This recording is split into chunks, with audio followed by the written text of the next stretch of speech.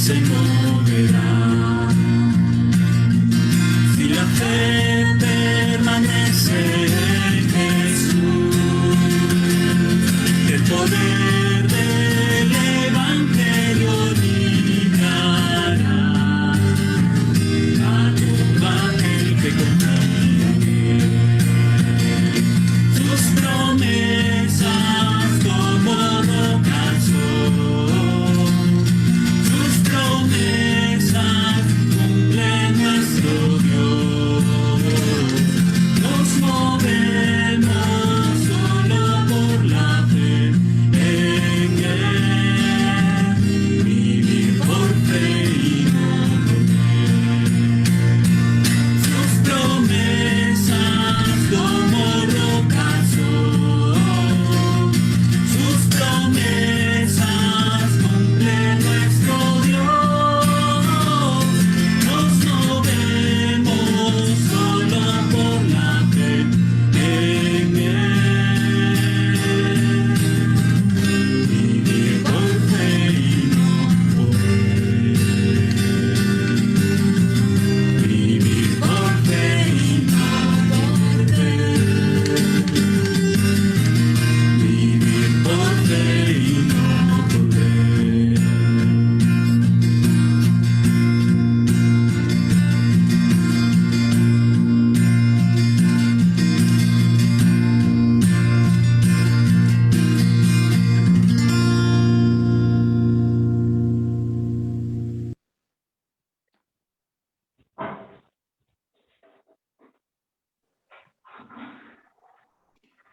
Gracias, Daniel. Ahora tenemos como invitados a Robert y Sarela Neira. Ellos están en Tarapoto. Son obreros que están ahí en la obra del Señor y apoyamos como iglesia. Y les hemos invitado para que estén presentes y también para escuchar acerca de cómo están ellos, pero también cómo está el ministerio que están cumpliendo ahí en Tarapoto. Así que les voy a dejar con ellos. Robert y Sarela, bienvenidos. Qué gusto estar con ustedes. Gracias, pastor. Buenas noches, hermanos. Un gusto poder verlos, algunos, a los que están ahí con su camarita prendida, a los que nos están escuchando también a través de Facebook. Un gusto poder estar con ustedes. Una bendición el poder comunicarnos, el poder verlos a través de la cámara, a través del internet. Y gracias por la oportunidad que nos dan de poder compartir un poco sobre nuestra vida y ministerio. Gracias a Dios, en cuanto a nosotros, a nuestra vida, estamos mucho mejor de salud. Como muchos creo, nos contagiamos también del COVID hace ya un buen tiempo. Estuvimos un poco mal de salud. Sarela estuvo peor que yo y estuvo en cama. Ella estuvo un poco más de una semana en cama, estuvo con los síntomas un poco fuertes. Yo también, pero estuvimos nosotros turnándonos, ¿no? Viendo a los chicos, a nuestros hijos, a Caleb, Elisa, a Camila. Ellos tuvieron también algunos síntomas, pero fueron muy leves. Gracias a Dios, tuvieron un poco de fiebre un día, después al día siguiente estuvieron mejor. Un poco también con algunos síntomas, pero gracias a Dios no empeoró. Entonces, agradecemos a Dios por esto, porque ellos estuvieron mucho mejor y más rápido, pero nosotros sí hemos demorado en poder recuperarnos, pero ya hemos salido de esto. Gracias por sus oraciones. Sabemos también que ustedes han estado orando por nosotros. Hemos compartido esto con la iglesia, con el pastor, y él me manifestó que han estado orando por nosotros. Han estado orando, y muchas gracias por esto. Bueno, en cuanto al ministerio, como sabemos, estamos ahorita en un tiempo en el que no podemos salir a hacer actividades, y como ustedes conocen, lo que realizamos es actividades evangelísticas para los niños en las calles, en las escuelas, y tenemos que hacerlo en grupos grandes, ¿no? Cada vez que lo hacemos, vienen muchos niños, adultos. Entonces en este tiempo es muy difícil hacerlo, en este tiempo de la pandemia. Entonces el ministerio ha hecho algunos cambios, el ministerio de BCM, y estamos teniendo diferentes actividades, pero a través del Internet, también aprovechando el Zoom, aprovechando las redes sociales, aprovechando este instrumento del Internet para poder hacerlo. Ujú. Dios nos ha dado el privilegio. Perdón, hermanos, hace 2 días empecé a tener otra vez dolor de garganta, dolor de pecho, dolor de espalda. Y nuestros hijos ahorita están un poco agripados. Entonces, ya han pasado 3 meses desde que nos dio el COVID. Y esperamos que no sea eso, o puede ser solo que el cuerpo de todas maneras queda un poco mal. Pero les pedimos sus oraciones, ¿no? Porque sinceramente estoy sintiéndome igualito como cuando empezó todo esto, pero como estábamos orando y confiando en el Señor, esperemos que no, ¿no? Porque no está demostrado si es que te recontagias o no, hay varias versiones, ¿no? Pero sí, ahorita mi cuerpo se siente otra vez raro. Como les digo, puede ser simplemente por el hecho que después de la enfermedad tu cuerpo todavía queda muy sensible, pero les pido que oren por eso para que no podamos estar bien. Y en este caso, si mis pequeños están un poquito más afectaditos, no están mal, pero sí con dolor de oído, ¿no? Todos en estornudan, entonces que nos acompañen en eso. Y bueno, como estaba contando Robert, Dios nos ha dado la oportunidad de seguir sirviéndoles. Al comienzo fue también un shock para nosotros el no poder ir. Hasta ahora extraño mucho poder estar en contacto con los niños, poder estar no solo con los niños de nuestra iglesia, ¿no? De Tumpampa, sino también con tantos niños que nosotros ministramos, los hermanos. Pero Dios en su misericordia nos da oportunidades de poder seguir sirviéndole y llegando a lugares que nosotros nunca hubiésemos imaginado, ¿no? No sé si ustedes, creo que algunos de ustedes han visto que tenemos nuestra escuela dominical en línea y también un club bíblico en línea. Para nosotros es un poco más difícil grabar desde acá, ya que no tenemos todos los medios para poder hacerlo con las luces y todo, entonces nuestro trabajo es tras bambalinas y estamos apoyando en la preparación de las lecciones, en los materiales que se le da para que los niños puedan escribir sus hojas de actividades, entonces eso trabajamos cada semana y nos reunimos entre los misioneros, escribimos, ¿no? Nuestras lecciones y vamos apoyando de esa forma. Entonces, en realidad para mí fue de mucho gozo saber que de alguna u otra forma podemos seguir sirviéndole y llegando a lugares que normalmente nosotros no podríamos, ¿no? A veces nos escriben, entre los misioneros nos mandan a veces los mensajes que les mandan los niños, ¿no? De diferentes partes del Perú y del mundo, en realidad, ¿no? Se han reunido en Colombia un grupo de niños y les han pasado el video y han llenado las hojitas de actividades. Entonces, el Señor es increíble, ¿no? El Señor siempre, nada se le escapa, todo está en el control. Entonces, ahora estamos apoyando de esa forma y eso es en cuanto a la parte del ministerio con niños. Así es. Bueno, en cuanto a los voluntarios también, el área de los voluntarios es un área grande con la que trabajamos. Como saben, nosotros preparamos el programa que hacemos siempre con los niños, pero lo hacemos con voluntarios, con jóvenes, adolescentes de diferentes iglesias. Y bueno, en este caso también, ¿no? No podemos reunirnos con ellos, no podemos hacer las actividades con ellos, pero también estamos teniendo los días viernes a las 8 de la noche reuniones con ellos, teniendo un tiempo también de canciones, no, perdón, de juegos, un tiempo con la palabra de Dios, también hacemos pequeños retos con ellos, tenemos un tiempo, ¿no? Un tiempo divertido con ellos para no descuidar esta área que es tan importante para nosotros. Y en este caso no solo lo hacemos con los chicos de Tarapoto, sino nos reunimos con los de Lima y con los voluntarios de Iquitos. Y bueno, es un bonito tiempo en el que compartimos con ellos, hemos podido conocer a algunos que no conocíamos de Quito, de Lima, ¿no? Y es un bonito tiempo con el que pasamos con ellos también. Bueno, tenemos algunos pedidos de oración. Quisiera que estén orando por nosotros.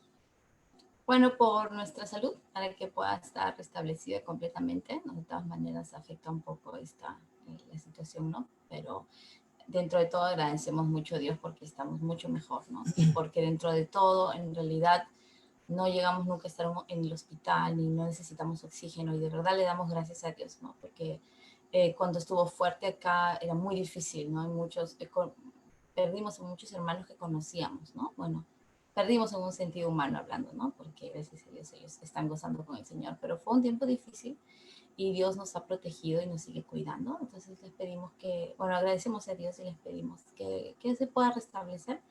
También por los planes del ministerio, que Dios siga mostrándonos de qué otras formas podemos servirle, por nuestros pequeños. Y bueno, ellos siempre han estudiado en casa, entonces en realidad cuando nos enfermamos y todo paró un poco, pero ahora seguimos con ellos aprendiendo juntos en casa, ¿no? Bueno, muchas gracias, hermano. Muchas gracias. Un gusto poder verlos. Esperamos seguir en contacto y gracias por sus oraciones, por su apoyo. Que Dios les bendiga. Muchas gracias, pastor. Muchas gracias. Hermanos, vamos a aprovechar para orar un momento por Sarela, por Robert y por sus hijos también, por Caleb, por Elisa y también por Camila. Y tenemos nuestros rostros un momentito para orar, por favor. Amado Dios, gracias Padre, porque siempre podemos estar en contacto contigo. Y en este momento, Señor, pedirte en forma muy, muy especial por tus siervos, Señor, por Robert, por Sarela y por cada uno de sus bebés. Te pido, Dios, que obres en sus cuerpos, recuperes la salud. Padre, protégelos y guárdalos. Bendíceles, Dios, también en la obra que tú has puesto en sus manos. Proveen todas las necesidades que tienen, Señor. Los encomendamos en tus manos, Padre amado.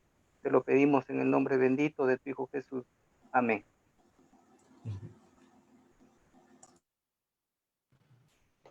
Amén. Gracias, Juan. Gracias también a Robert y Sarela. Gracias por compartir con nosotros y saber mejor también cómo orar y verles. Y gracias a Dios que Él les ha sanado y vamos a seguir orando por ustedes y por la obra que están haciendo allí, que Dios está haciendo allí por medio de ustedes.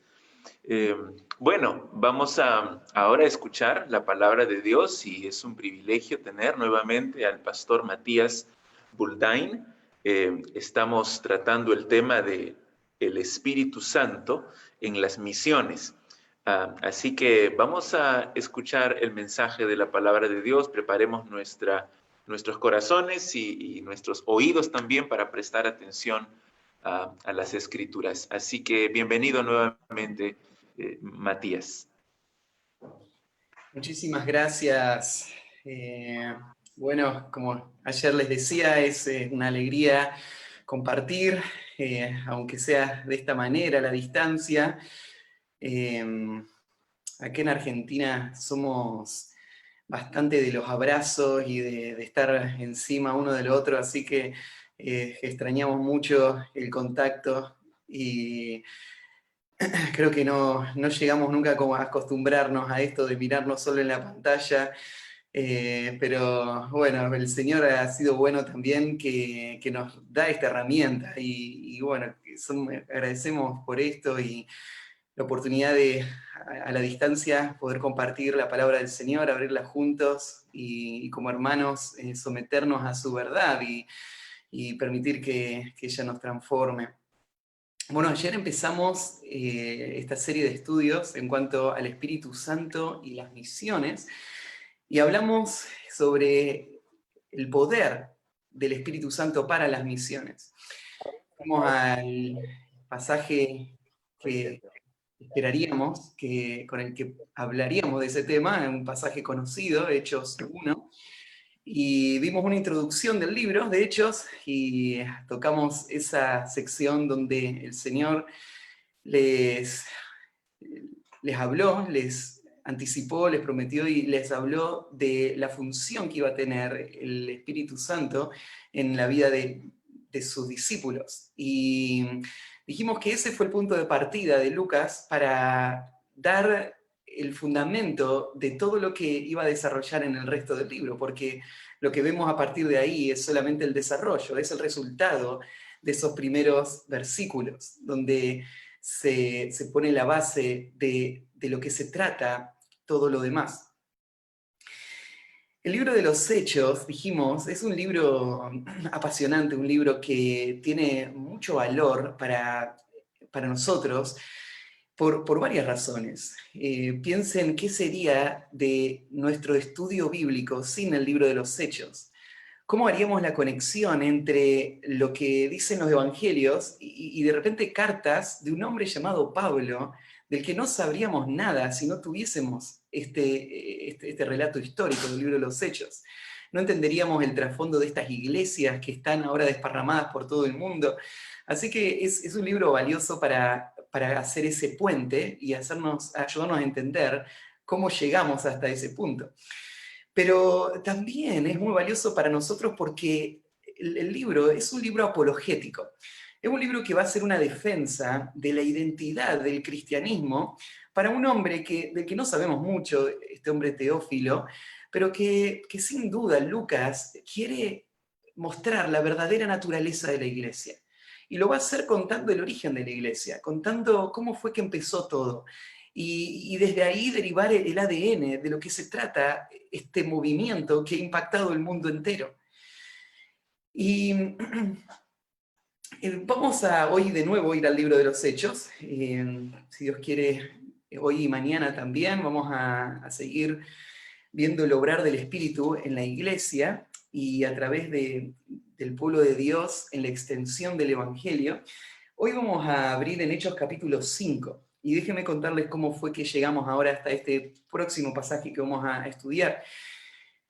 Lo que el Señor dijo sucedió. En el capítulo 2 vemos la llegada del Espíritu Santo, el día de Pentecostés, y el poder del Espíritu Santo se hizo evidente en la conversión de miles de personas, que no solamente hicieron una manifestación de fe, sino que fueron transformadas, y que se añadieron a la iglesia, y inmediatamente se ve el resultado en la vida que ellos ahora empiezan a manifestar. Una iglesia viva, una iglesia vibrante, una iglesia donde Cristo es el centro, la enseñanza apostólica es el eje de todo lo que, el centro de atención de la iglesia y de todo lo que se va a hacer, donde se ven manifestaciones de amor sinceras y genuinas, en una forma asombrosa, y se ve el impacto que esta iglesia está teniendo en toda la comunidad. Toda la ciudad de Jerusalén está revolucionada por lo que está pasando. En el capítulo 3 hay una circunstancia más que va a producir otro de estos momentos de gran impacto.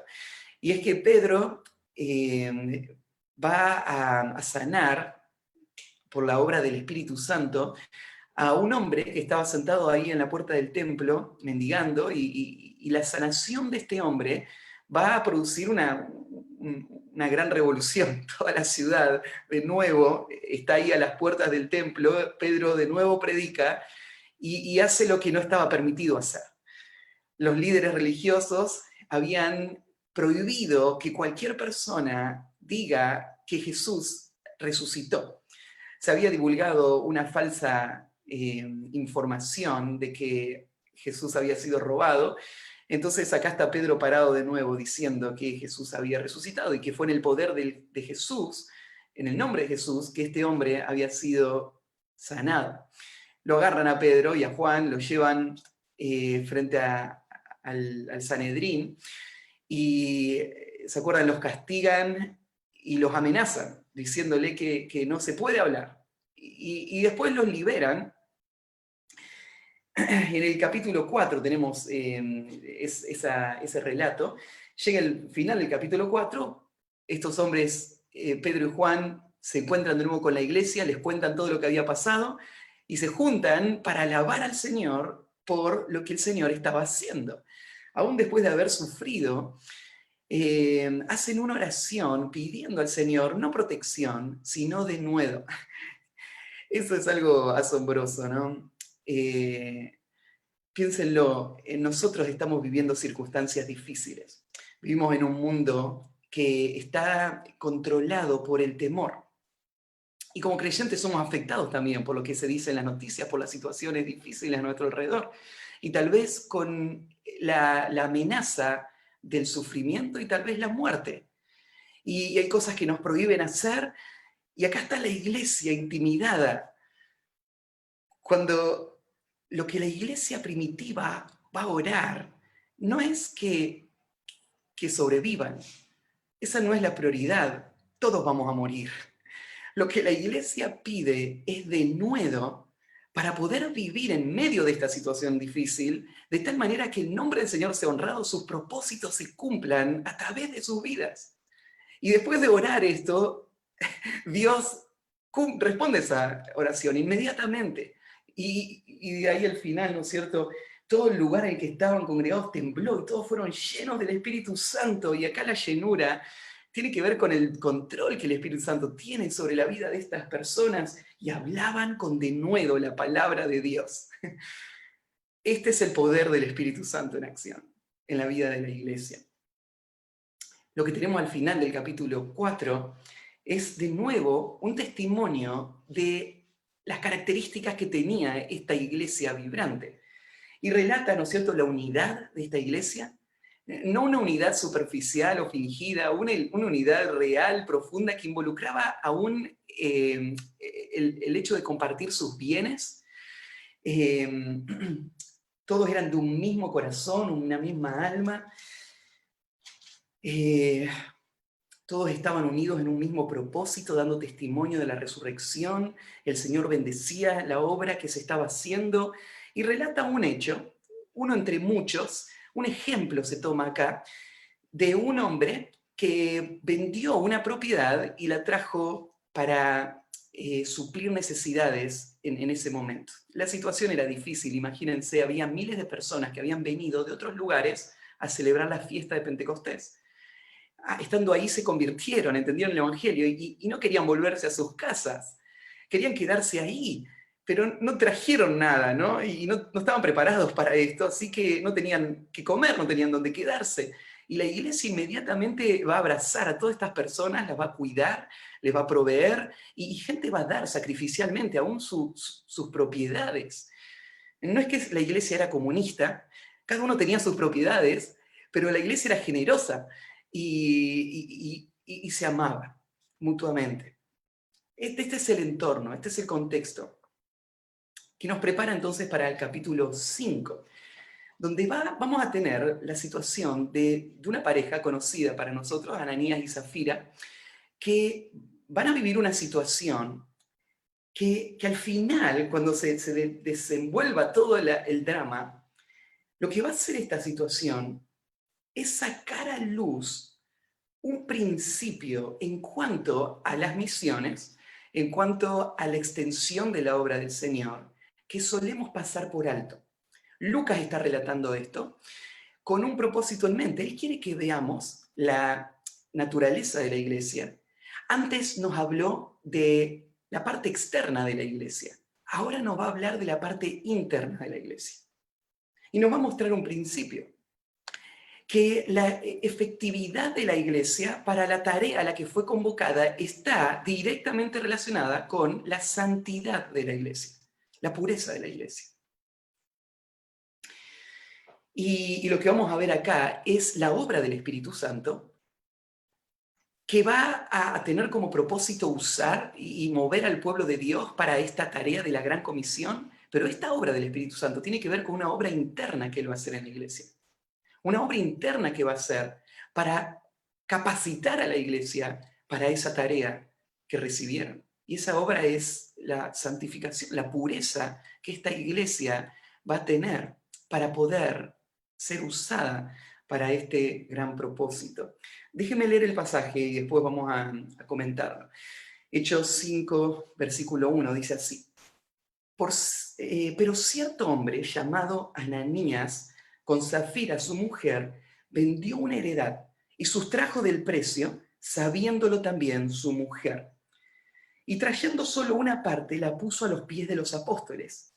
Y dijo Pedro: Ananías, ¿por qué llenó Satanás tu corazón para que mintieses al Espíritu Santo y sustrajeses del precio de la heredad? Reteniéndola, ¿no se te quedaba a ti? Y vendida, ¿no estaba en tu poder? ¿Por qué pusiste esto en tu corazón? No has mentido a los hombres, sino a Dios. Al oír Ananías estas palabras, cayó y expiró. Y vino un gran temor sobre todos los que oyeron.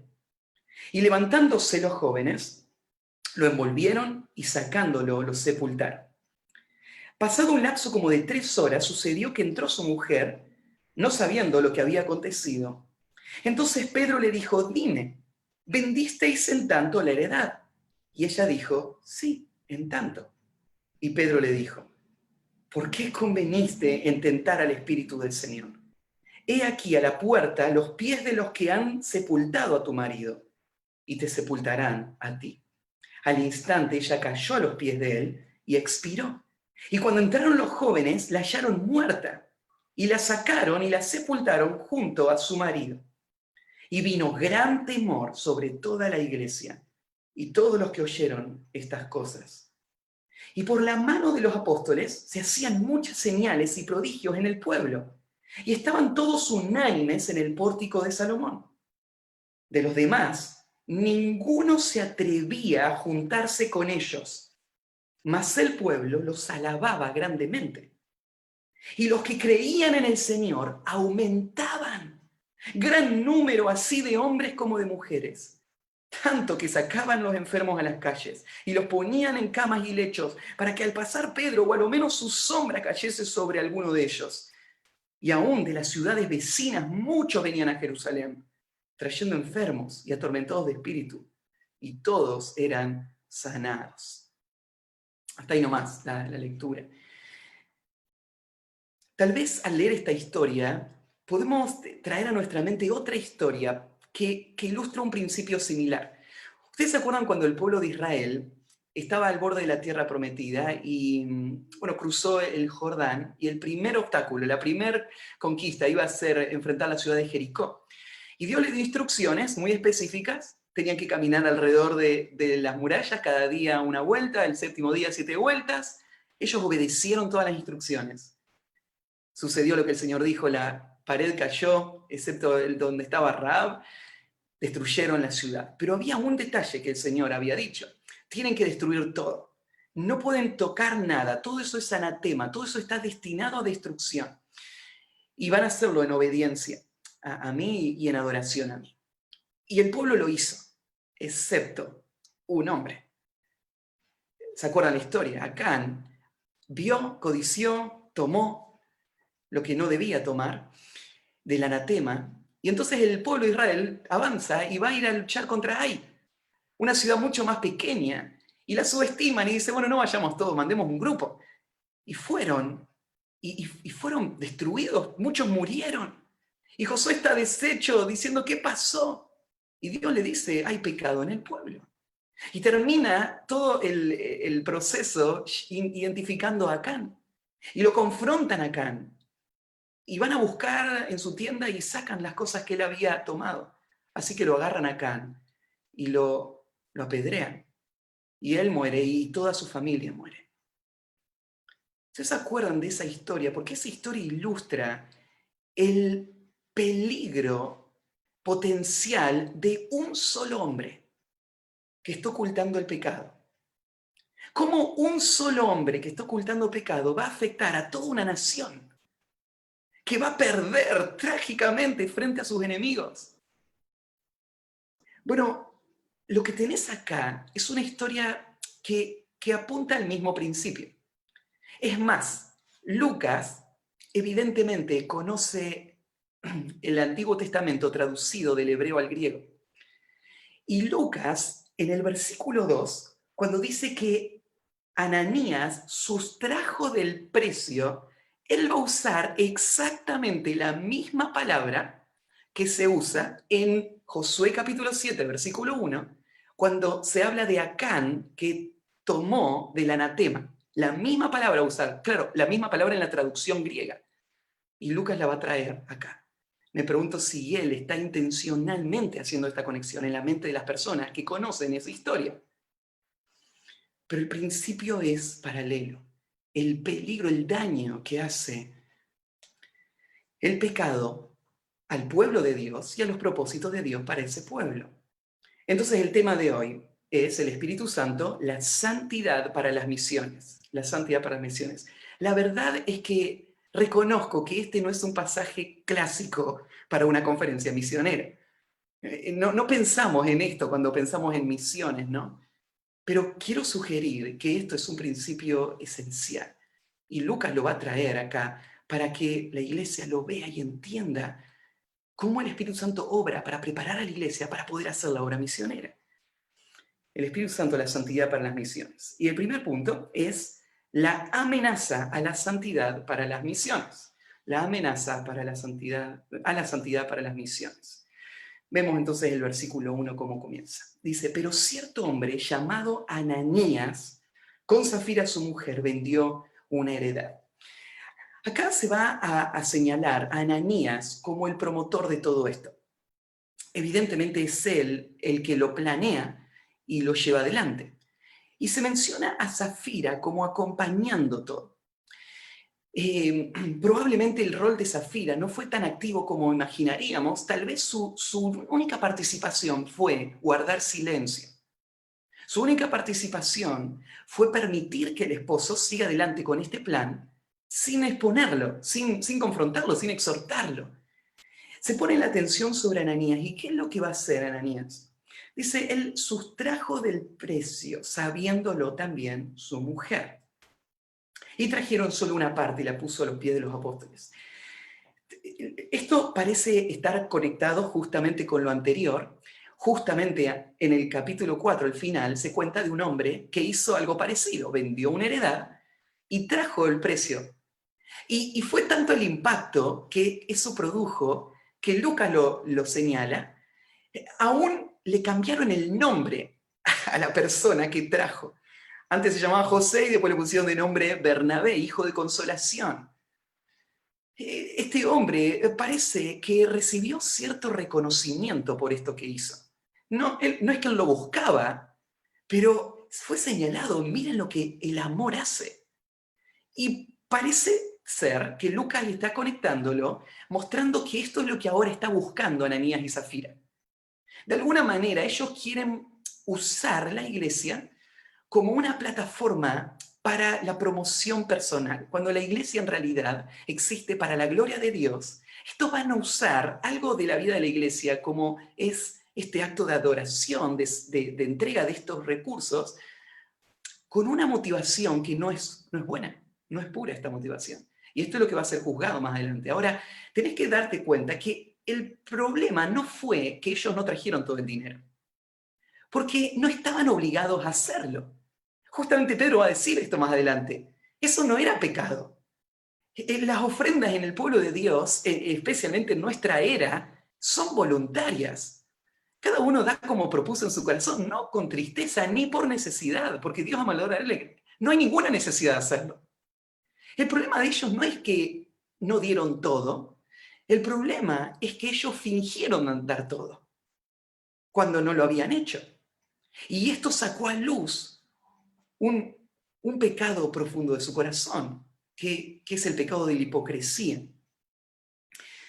Ellos entonces trajeron solo una parte y lo hicieron sabiéndolo su mujer.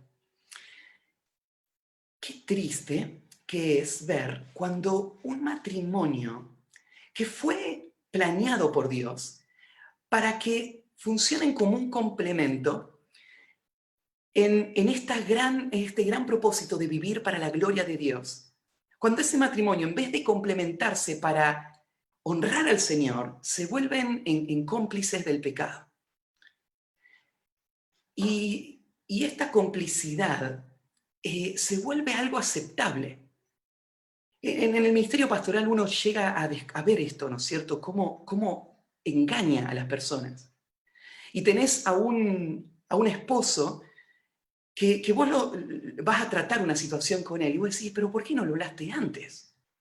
Todo el daño que hicieron, todo este tiempo de ocultar este pecado, ¿por qué no lo hablaste antes? Y la respuesta del esposo es esto. Bueno, pasa que como este pecado la incluía a ella, yo no la quería exponer. Como no la quería exponer, guardé silencio todo este tiempo. Ahora, quiero decir esto claramente. No tiene que ver con exponer o no. Tiene que ver con el propósito central por el cual vivimos, que es la gloria de Dios. Y el enemigo principal que tenemos, que no es la reputación, es el pecado en sí. Y es la responsabilidad que cada uno tenemos de honrar al Señor, la que nos va a llevar a hacer lo que hay que hacer.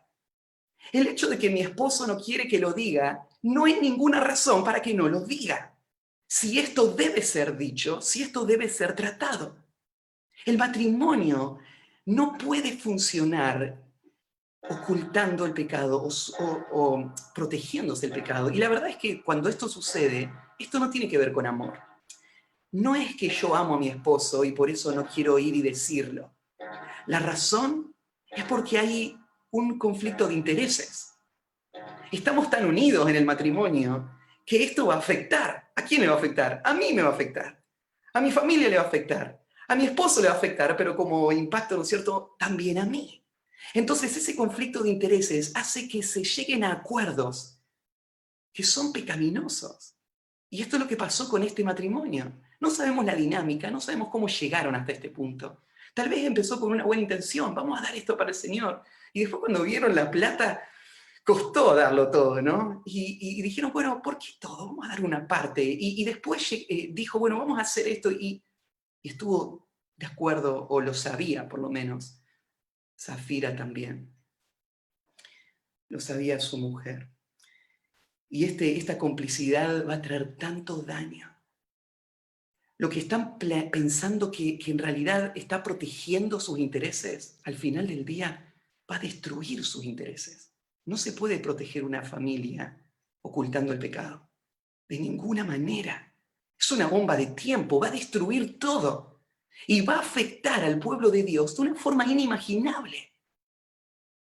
El pecado tiene que ser tratado. Este matrimonio estaba viviendo de esta manera y no se daban una idea del daño que iban a producir a sus vidas y a su entorno. Bueno, esto es lo que pasó. Llegaron entonces y lo pusieron a los pies de los apóstoles. Versículo 3. Y dijo Pedro. Acá no sabemos cómo Pedro supo que había algo que andaba mal acá. Porque viene una persona y le trae una gran suma de dinero. Imagínate, vendieron la propiedad en $200.000. Y le trajeron $150.000. Pastor Daniel, si viene un miembro de la iglesia y le trae $150.000 de ofrenda, ¿piensa que va a preocuparse si se quedó con algo? Hermano, le ponemos una placa, ¿no es cierto?, en la iglesia diciendo, este edificio lo donó este hermano, ¿no es cierto?, y lo alabamos. Ni nos preocupamos por qué motivación lo está haciendo, ni nada. Gloria a Dios, tenemos un edificio nuevo, ¿no es cierto?, y le ponemos la placa, la foto. Pero Pedro, él está preocupado por esto.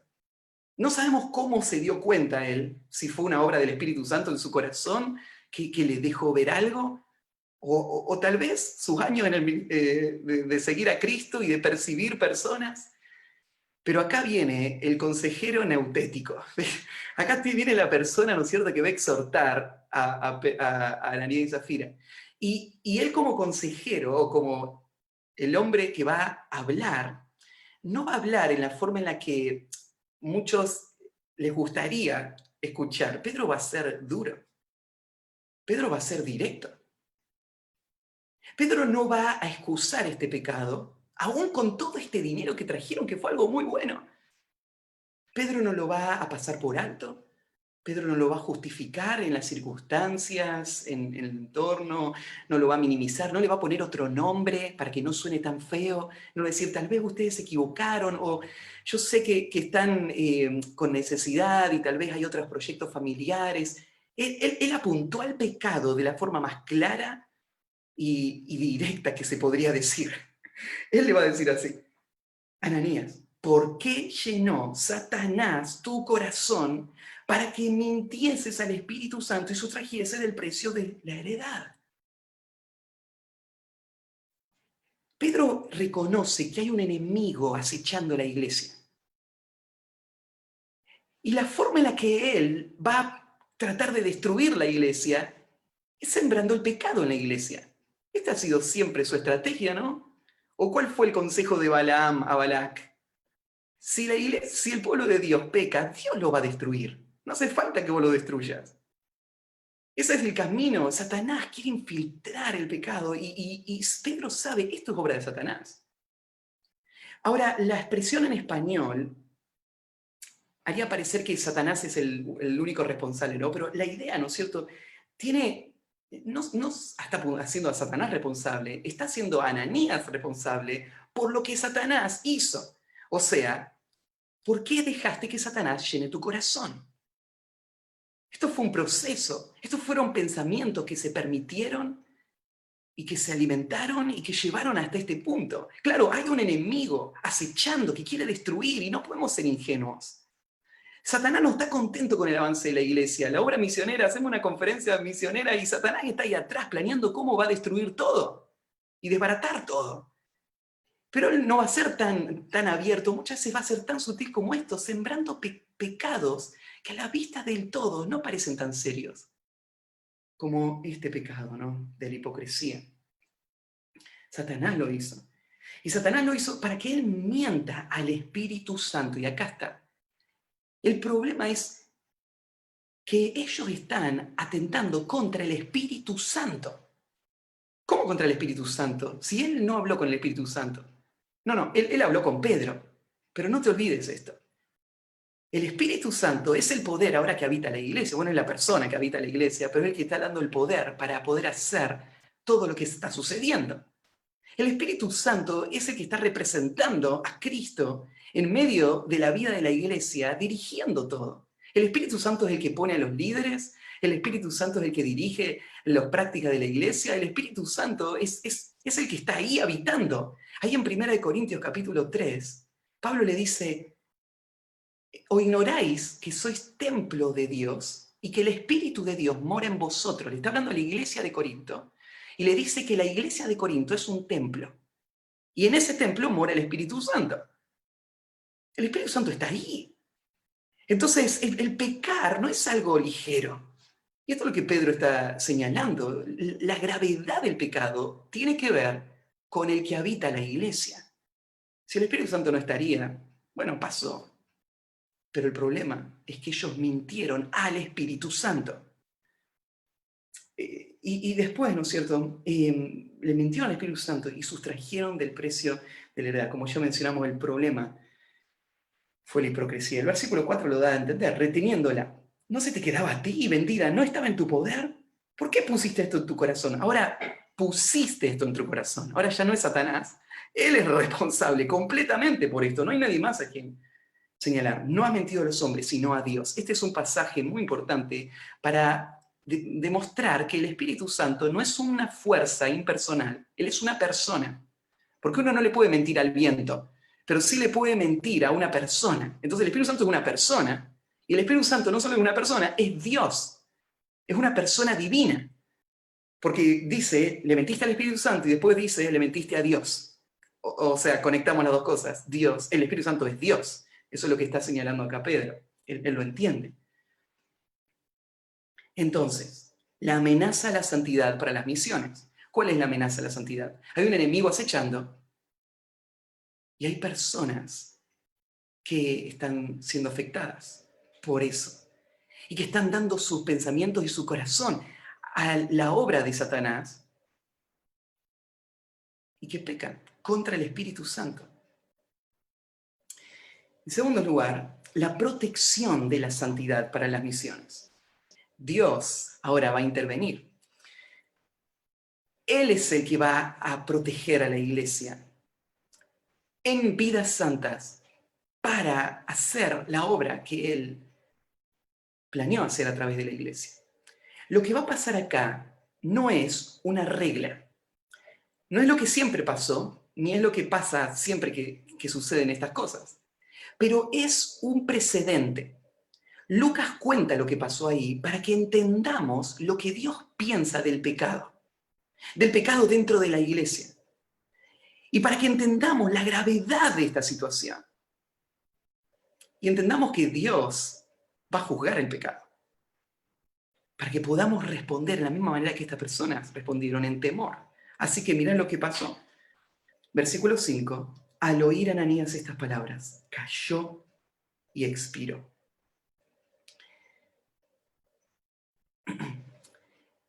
Dijimos que el pecado que pasó acá es el pecado de la hipocresía. Es el pecado de querer parecer más espiritual de lo que soy. Es el pecado de venir y fingir en la iglesia. Yo amo al Señor, yo sirvo al Señor con todo mi ser, yo le doy sacrificialmente al Señor, pero después atrás no es verdad. Yo no vivo de esa manera. Yo estoy guardando el pecado, yo estoy viviendo para mí mismo, es falso, es fachada nomás. Imagínate si Dios mataría a todos los creyentes que fingen. Imagínate cómo sería, ¿no es cierto?, la iglesia. Un tendal, porque este es un pecado que ha llegado a ser muy practicado, se ve como natural. De eso se trata la vida cristiana, ¿no? Se trata de venir y poner cara linda. Se trata de venir y decir palabras, hacer oraciones articuladas y hacer actos que todos se asombren. De eso se trata, ¿no? No se trata de eso. Se trata de una vida íntegra. Se trata de una vida donde no hay doblez, donde no hay nada oculto, donde hay sinceridad, no de personas perfectas, somos personas que fallan, ¿no? Imagínate si Ananías hubiese dicho, mira, Pedro, ¿sabés qué? Primero yo te quería dar todo, pero después empecé a luchar con esto. Y estoy luchando con la avaricia, ora por mí. Qué distinta habría sido la historia, ¿no? Pero él pensó que este pecado se podía guardar y todavía así fingir que todo iba bien. Que él sí estaba acá en su vida espiritual, pero no estaba acá en su vida espiritual. Y no había problema, todos estamos creciendo y aprendiendo. Pero el problema es no ser honesto con nuestro pecado. Es no estar dispuesto a exponernos y a luchar contra nuestro pecado. Bueno, la hipocresía, y por esta hipocresía, la acción más radical murió. Inmediatamente, instantáneamente. Nota que no fue Pedro el que lo mató, fue Dios el que lo hizo. Y Pedro probablemente fue el primer sorprendido de lo que pasó. Él no estaba esperando que esto pase. No había pasado todavía nunca en la vida de la iglesia. Él no se lo anticipa, solo lo confronta y termina de confrontarlo y cae muerta esta persona. Y al final del versículo 5 dice así, y vino gran temor sobre los que lo oyeron. Uno pensaría que después que algo así pasa, ahora esta iglesia va a ser desacreditada. Todos van a decir, qué terrible, mirá lo que pasa en esa iglesia. ¿Viste? Ese hombre lo que hizo. Alguien pensaría, mirá, la gente se muere en esa iglesia.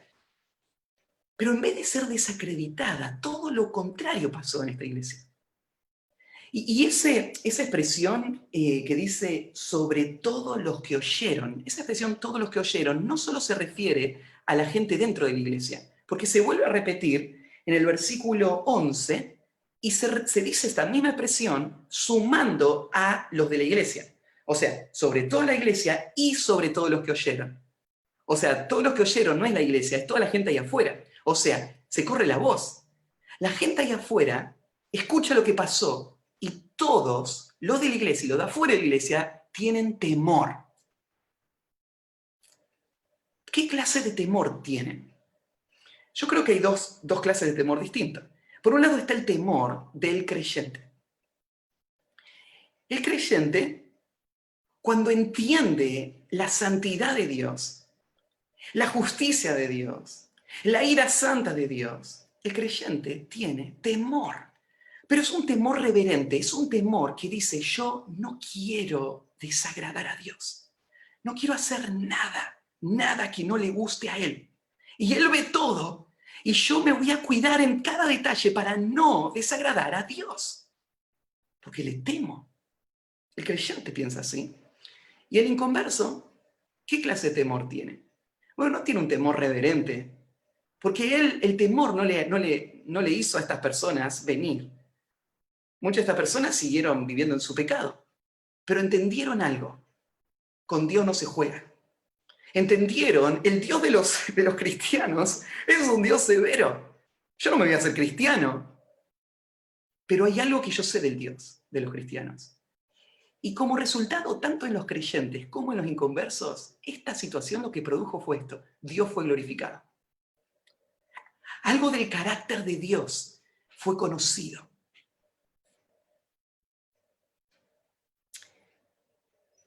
Sigue la historia. Bueno, se levantan los jóvenes, van, lo entierran. Versículo 7, pasa un lapso de 3 horas y viene la mujer. No sabía lo que había pasado. Y versículo 8, entonces Pedro le dijo, dime, ¿vendiste en tanto la heredad?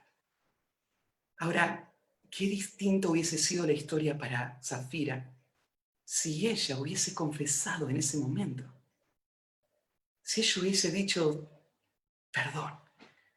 Cuando mi esposo lo dijo, no tuve la valentía de decirle no está bien. Pero ahora que me lo preguntás, no estuvo bien, pero esto fue lo que pasó. Ayúdanos. La historia hubiese sido distinta. Pero esta mujer acompaña el engaño para su propio perjuicio, ¿no? Y ella va a sufrir las consecuencias y va a morir por esto también. El versículo 9 dice, y Pedro, bueno, entonces le preguntó, el versículo 9, Pedro le dijo, ¿por qué conveniste en tentar al Espíritu del Señor? Esto de lo que hablaba, ¿no es cierto?, cuando el matrimonio funciona como cómplices. Y le dice, ¿por qué conviniste en tentar al Espíritu del Señor? He aquí a la puerta de los pies de los que han sepultado a tu marido y a ti te secarán. Tentaste al Espíritu, ahora van a morir. Y ahora Pedro sí sabe lo que va a pasar. Sabe que ella va a morir. Y se lo dice. ¿Cómo sabe Pedro que va a morir? Bueno, porque entiende la gravedad de la situación. Acaba de ver lo que pasó con su esposa. Y anticipa que eso está por pasar también. Ahora, esto parece algo extremo y algo extraño. Pero, viste, recién yo te cité 1 Corintios capítulo 3. Mirá ahí un segundito. 1 Corintios capítulo 3. Pablo está hablando a la iglesia ahí en Corinto y le dice, yo fui como un perito arquitecto, un hábil arquitecto que dirigió el inicio de la iglesia. Él puso el fundamento, que es Cristo. Y a partir de ahí otros edifican encima. Muchos que se han convertido han venido y están sirviendo en la iglesia. Y diferentes personas hacen diferentes cosas. Y todos están sobreedificando en la iglesia. Como muchos de ustedes. Sirviendo a sus hermanos, sirviendo en diferentes funciones, tratando de empujar y extender la obra del Señor. Y eso es algo precioso, pero Pablo hace una advertencia solemne. Pero cada uno mire cómo sobreedifica. No es cuestión solamente de vamos adelante, que vamos a lograr grandes cosas para Dios. Es prestar atención a lo que estás haciendo. Y Pablo lo compara con materiales, diferentes materiales que estamos usando. Y tal vez si querés entender más de qué se trata estos materiales, tal vez tenés que ir al capítulo 4, donde Pablo habla de las intenciones de los corazones. Y Pablo dice que lo que Dios va a juzgar, lo que Cristo va a juzgar cuando Él venga, son las intenciones de los corazones. Así que está bien servir en la iglesia, pero más que eso, tenés que evaluar cómo está tu corazón. Tenés que evaluar tu vida y hacerlo con la motivación correcta y en una forma fiel al Señor. Porque de otra manera, eso va a ser juzgado por el Señor. ¿De qué manera va a ser juzgado por el Señor? Mira lo dice versículo 16. ¿No sabéis que sois templo de Dios y que el Espíritu Santo, el Espíritu de Dios mora en vosotros? Acá está, el Espíritu Santo habitando la iglesia local. Y esto hace que esto sea Tierra Santa. Imagínate si vos estás en el templo, en la era en la que estaba funcionando, y vos decías, bueno, me parece que voy a ofrecer un sacrificio hoy. Y te metías en el lugar santísimo, y no era el día para entrar, no era la forma de entrar. ¿Qué iba a pasar? Ibas a morir. ¿Por qué ibas a morir? Ibas a morir porque este lugar es un lugar santo. Acá no se puede hacer cualquier cosa. Que el Espíritu Santo habite el creyente es un gran poder para hacer la obra, pero a la vez es un gran peligro para los que quieren vivir una vida de hipocresía y quieren guardar el pecado. Un peligro tan grande que lo advierte acá Pablo, diciendo, si alguno destruye el templo de Dios, y la palabra destruir no necesariamente agarrar una masa y tirarlo abajo, sino que es la idea de profanar. Puede ser destruir, o es la idea también de hacer impuro, de profanar esto. Si alguno destruye el templo de Dios, mira, Dios le destruirá a él. Porque el templo de Dios, el cual sois vosotros, santo es. No es ninguna sorpresa que Ananías y Zafira hayan muerto. Porque si alguno profana el templo de Dios, Dios le va a destruir a él. Así de grave es permitir el pecado en nuestras vidas y guardarlo y apañarlo a la vez que pretendemos servir al Señor impunemente. Así de serio es el pecado. Y Ananías y Zafira fueron juzgados seriamente. Y el versículo 11, y vino gran temor sobre toda la iglesia y sobre todos los que oyeron estas cosas. Otra vez repite esto para que no te pierdas este punto. Esto es lo importante. Esto es lo que quiere que sepas, Lucas. Temor vino a la iglesia. Esta palabra es una palabra que necesitamos recuperar. Porque para la vida espiritual es muy importante el temor. Si miramos en el Antiguo Testamento, por ejemplo, hay un pasaje conocido en Proverbios 16:6. Dice, con misericordia y verdad se corrige el pecado, y con el temor de Jehová los hombres se apartan del mal. Lo que hace que una persona tenga la iniciativa para dejar el pecado es que él teme a Dios. No hay otro mecanismo. No importa la habilidad del consejero, no importa la capacidad de la iglesia, no importa los programas que tengan. Si una persona quiere pecar, va a pecar. No importa cuántas protecciones pongas, ¿no es cierto? Qué altas pongas las vallas para que la gente no se caiga del precipicio y vos le pongas reglas y límites para que no pequen. Lo único que va a librar del pecado es el temor a Dios. Este es el punto fundamental de la vida espiritual. Por eso es que el salmista, ahí en el Salmo 36:1, dice así, la iniquidad del impío me dice al corazón, no hay temor de Dios delante de sus ojos. El salmista sabe algo. Cuando él ve a una persona que está entregada al pecado, hay algo que él sabe. Él no le teme a Dios. Ese es el problema. Ese es el punto. Esa es la tragedia que trae todo lo demás. No le teme a Dios. ¿Y qué es temer a Dios? Bueno, yo te expliqué parte de la definición. Una parte de la definición de temer a Dios es este reconocimiento que Dios juzga el pecado. Es este reconocimiento que no se puede pecar así nomás y esperar que no va a haber consecuencias. Es temor. Temor de que Dios lo va a juzgar. Y cuando en la Biblia aparece que el pueblo de Dios teme a Dios, significa eso. Teme porque entiende quién es Dios. Hay otro aspecto del temor a Dios, que es el temor de... Hay un lado, el temor es no querer desagradar a Dios. Por el otro lado, el temor es querer hacer lo que es agradable para Él. No solamente no quiero ofenderlo, sino voy a tratar de buscar qué le gusta a Él y hacerlo. Porque yo quiero agradar a mi Dios. Eso es temer a Dios. Y el pueblo, la iglesia, fue impactada por esto. Ahora vos decís, bueno, el temor era del Antiguo Testamento, no es del Antiguo Testamento. Acá tenés un pasaje y el Nuevo Testamento está lleno de estos pasajes. ¿Se acuerdan Efesios capítulo 5? Cuando está a punto de empezar a hablar Pablo de las relaciones y cómo debe vivir el esposo con la esposa, los padres con los hijos, siervos con sus amos. ¿Cómo comienza todo? Someteos unos a otros en el temor de Dios. La única forma en la que vamos a vivir las relaciones de una forma que honra al Señor es cuando nuestro corazón esté absorbido 24 horas al día por temor reverente a Dios. Eso debe marcar nuestra vida. De otra manera no vamos a vivir vidas santas. No vamos a agradarle a Él.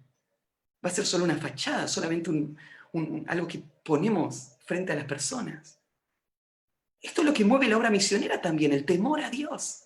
Te voy a mostrar un versículo que tal vez no le has prestado atención. 2 Corintios, capítulo 5.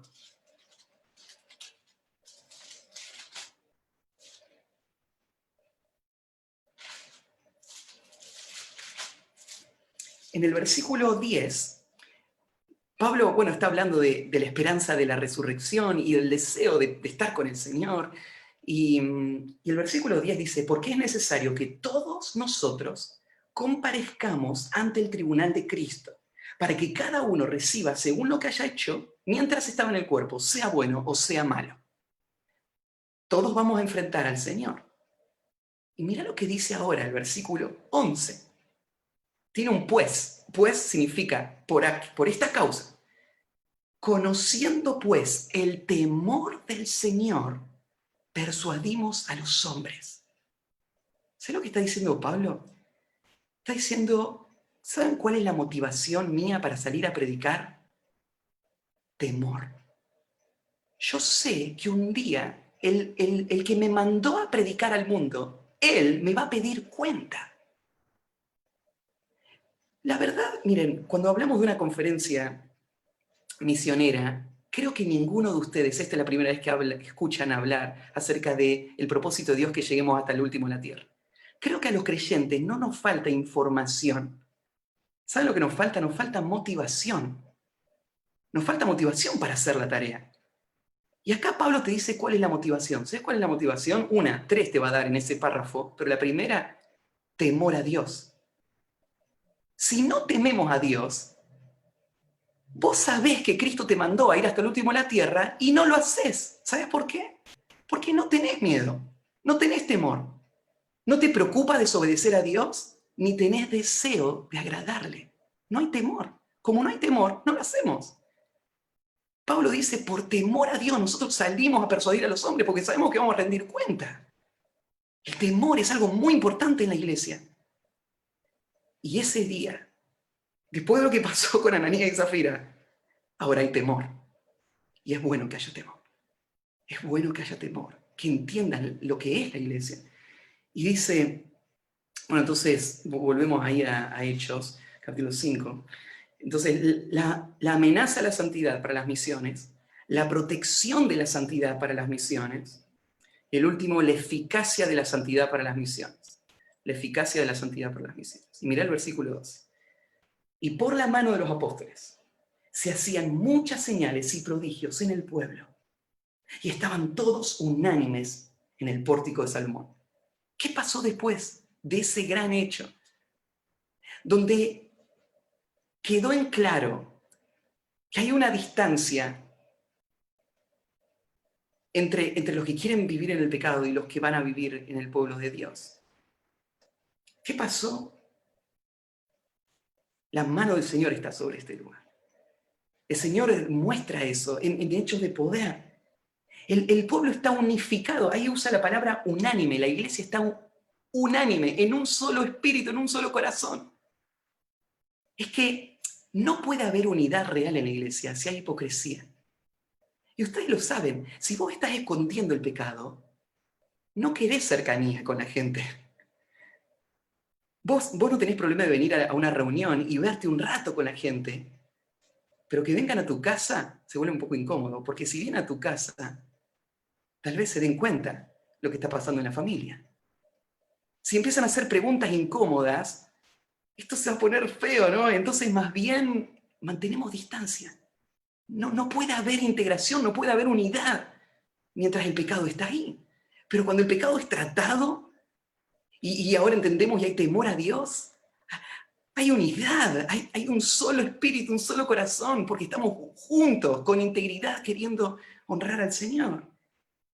Y versículo 13, mirá lo interesante. De los demás, ninguno, estos demás, ¿quiénes son? Los demás, comparándolos con el versículo 12, la iglesia está unida, y los demás son los que no son parte de la iglesia. Los demás, ninguno se atrevía a juntarse con ellos, mas el pueblo los alababa grandemente. Mirá, acá hay 3 grupos señalados. Están los que están unidos, están los demás, y está el pueblo. Entonces, entonces, ¿quiénes son los demás? Bueno, lo que podemos inferir del pasaje es esto. Cuando la iglesia empezó a crecer, había mucha gente convertida genuinamente, que estaba siendo transformada por el poder de Dios. Pero había otra gente que iba con la inercia, iba con el grupo, ¿no? Era interesante ser parte de la iglesia. Fíjate, la iglesia cuidaba de los necesitados.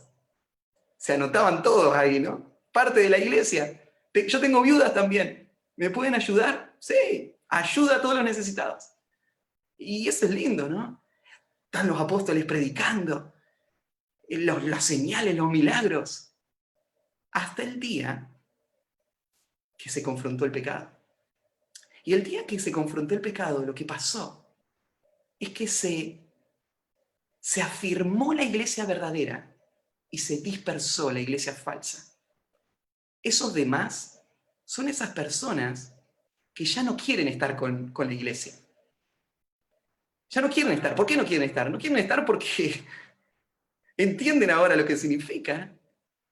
Las demandas son mucho más altas de las que ellos estaban dispuestos a pagar, ¿no? Entonces, no se atrevían. La palabra ahí original da la idea de no tenían el coraje, no tenían la valentía de hacerse parte de la iglesia.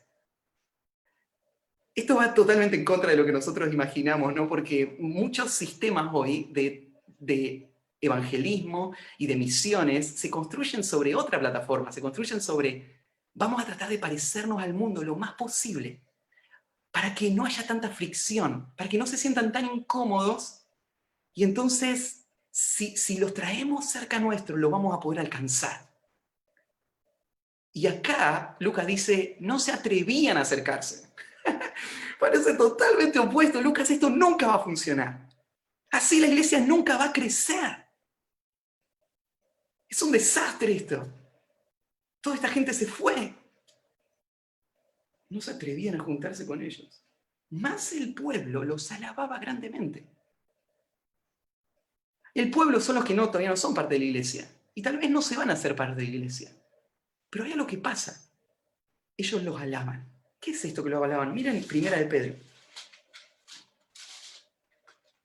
Primera de Pedro, capítulo 2, versículo 11. Mismo concepto. Pedro estaba ese día ya, donde estamos leyendo acá en Hechos. Y ahora va a hablar conceptos que son idénticos a aquellos, para un pueblo, gente que está en otro lugar ahora. Y le dice así, amados, yo ruego como a extranjeros y peregrinos que os abstengáis de los deseos carnales que batallan contra el alma, manteniendo buena vuestra manera de vivir entre los gentiles. Esto es lo que tienen que hacer, vivir vidas santas. ¿Para qué? Para que en lo que murmuran de vosotros, como malhechores, glorifiquen a Dios en el día de la visitación al considerar vuestras buenas obras. Lo mismo dice en el capítulo 3, mirá el versículo 16, después de decir, ¿no es cierto?, que tenemos que estar preparados para dar defensa, apología de la fe, dice, teniendo buena conciencia, o sea, viviendo una vida de integridad. Buena conciencia significa no hay nada que me acusa, yo estoy viviendo una vida íntegra, para que en lo que murmuran de vosotros como de malhechores sean avergonzados los que calumnian vuestra buena conducta en Cristo. Este es el resultado.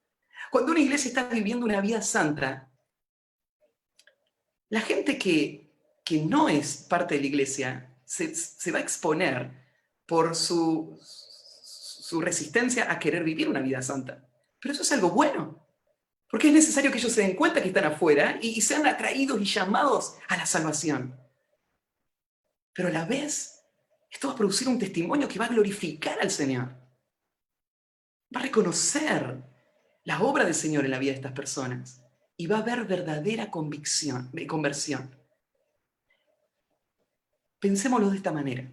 Solamente cuando la iglesia sea tan incómoda para el pecador, donde sería imposible que él mantenga y apañe su pecado, y aún así vengan estas personas a la iglesia, solamente ahí vamos a saber que esto es la obra de Dios y que no es el resultado de nuestra astucia, de nuestra capacidad de juntar gente, de nuestros planes humanos, porque no habría otra forma de que eso pase, solo el poder de Dios.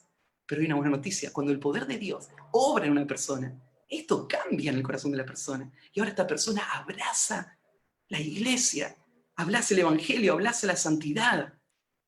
Esto es lo que fuimos llamados a vivir. Y entonces, ahora viene el versículo 14. Esto nunca va a funcionar. Bueno, nunca va a funcionar si nosotros creemos que nosotros lo hacemos funcionar. Pero si entendemos que la obra del Señor Él hace Él a través nuestro, y es su poder el que lo hace. Entonces, honrarlo a Él es la prioridad. Si lo honramos a Él, Él va a hacer la obra. Y en eso podemos descansar. Nosotros no podemos convertir a la gente. Dios tiene que salvarla, ¿no? Entonces, nuestra única preocupación es honrar al Señor y ser sus testigos. Y Él va a hacer la obra. Y mira lo que dice el versículo 14. Y los que creían en el Señor aumentaban más. Los que creían en el Señor, verdaderamente. Los que no creían no se atrevían a juntarse. Pero los que creían aumentaban más. Gran número así de hombres como de mujeres. Gran número. Este es el poder del Espíritu Santo en acción. Lo que hablamos ayer a la noche, ¿no? Este es el poder. Este es el poder de las misiones. Y esta es la obra que el Espíritu Santo hace para poder llevar adelante la tarea de las misiones. Él santifica a la iglesia y Él usa a la iglesia para sus propósitos. Y termina ahí con un relato breve de estas demostraciones de poder que se hacían en ese tiempo, en esa etapa de la historia de la iglesia, en donde Dios le dio a los apóstoles el poder hacer estas señales que respaldaban su mensaje. Y esto fue asombroso, tanto que se desparramó hacia las ciudades vecinas. Contrario a lo que imaginaríamos. Esta es la obra del Espíritu Santo para la salvación. Entonces, la iglesia nunca es tan efectiva como cuando muestra las marcas de la verdadera santidad. Nunca es tan efectiva como cuando muestra las marcas de la verdadera santidad. Bueno, Lucas nos cambió de dirección. Nos enfocó hacia adentro ahora, pero necesitamos mirar hacia adentro. Porque esto es lo que el Espíritu Santo quiere producir para hacer la obra misionera. Bueno, oramos, terminamos. Padre, solo tú conoces los corazones y la forma en la que tú vas a usar tu palabra para edificar tu iglesia aún a través de este estudio. Pero Señor, conozco mi corazón y conozco la necesidad que tengo de recordar constantemente el celo que tú tienes por la santidad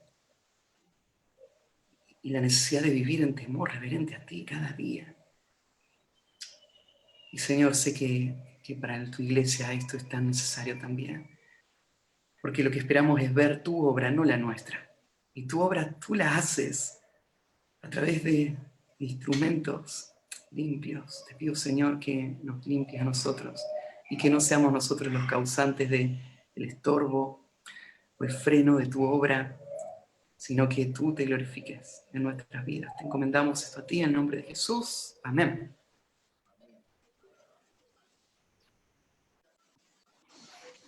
Hermanos, buenas noches. Agradecemos al pastor Matías por esta excelente exposición acerca del Espíritu Santo en las misiones y de la vital importancia de la santidad justamente para empujar esta maravillosa empresa evangelística a todas las naciones en todo el mundo. Damos gracias a Dios entonces por este maravilloso tiempo. Como él bien lo dijo, no es un tema muy popular cuando se predica acerca de las misiones. Normalmente quizás vamos a Isaías 6, vamos a Hechos capítulo 1, versículo 8. Sin embargo, este tema es realmente importante. Y como iglesia nosotros debemos prestar atención a esto. Gracias una vez más, Pastor Matías. Gracias, hermanos, por estar allí, por disfrutar este maravilloso tiempo en comunidad, congregados. Gracias a aquellos, no sé cuántos nos estarán mirando por Facebook ahorita. Gracias por estar allí con nosotros, diciendo amén a todo lo que Dios nos ha hablado en esta noche. Y para recordarles, hermanos, a la iglesia de la Capilla de la Roca y a aquellos que quizás nos estén visitando, tal vez, mañana a las 10 de la mañana tendremos nuestro tiempo de adoración como iglesia. A las 10 de la mañana tendremos el servicio en vivo. Y para continuar la siguiente exposición con el pastor Matías, creo que es el pastor Matías, ¿no es así? Lo tendremos a las 6 de la tarde. 6 de la tarde. No se olviden, no va a ser a las 8 como lo es ahora, como lo fue ahora o como lo fue ayer. es a las 6 de la tarde. Así que hermanos, separen ahí su agenda, separen este maravilloso tiempo para seguir con este maravilloso estudio. Bien, entonces de esta manera, hermanos, vamos terminando. Y antes de concluir todo esto, vamos a orar a nuestro Dios una vez más. Oremos. Padre eterno, nosotros tenemos que reconocer, Señor, que fallamos muchas veces y no vivimos a la altura, Señor, de nuestro llamado. Gracias por este maravilloso recordatorio. Gracias por estos 2 maravillosos días, noches, Señor, donde hemos sido retados, hemos sido expuestos por tu palabra, hemos sido retados, Señor, por tu siervo, a poder considerar, Señor, no cambiar, Señor, según nuestros planes, sino alinearnos a tu voluntad, alinearnos, Señor, a este proyecto, Señor, misionero, de llevar el evangelio a todas las naciones, pero hacerlo, Señor, bajo la guía de tu Santo Espíritu, hacerlo, Señor, en santidad. Gracias, Padre, por esta maravillosa exposición en esta noche. Gracias por recordarnos todas estas cosas. Gracias por hablar a nuestras mentes y a nuestros corazones. Gracias por hablar a tu iglesia, la Capilla de la Roca. Gracias por el Pastor Matías, por su tiempo, por su dedicación, por su esfuerzo para traernos, Señor, este maravilloso estudio. Padre, yo te agradezco por mis hermanos que han estado allí, que han estado participando de este maravilloso tiempo de adoración. Y te ruego, Padre, que tú traigas descanso ahora, que estamos prontos, Señor, a tomarlo, que tú renueves nuestras fuerzas y que el día de mañana, tanto en la mañana como en la noche, a lo largo del día, vivamos en este tiempo, Señor, de constante adoración, escuchando tu palabra, reflexionando sobre ella, cantando, Señor, tu palabra, orando, Señor, lo que tú nos enseñas por medio de tu santa palabra también. Gracias por todo este tiempo.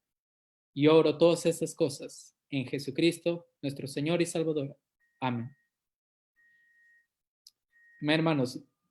Gracias por cada uno de ustedes allí. Gracias una vez más al Pastor Matías. Gracias a nuestros hermanos también, Robert y Sarela, allá en Tarapoto. Gracias por cada uno de ustedes, hermanos. Muy buenas noches.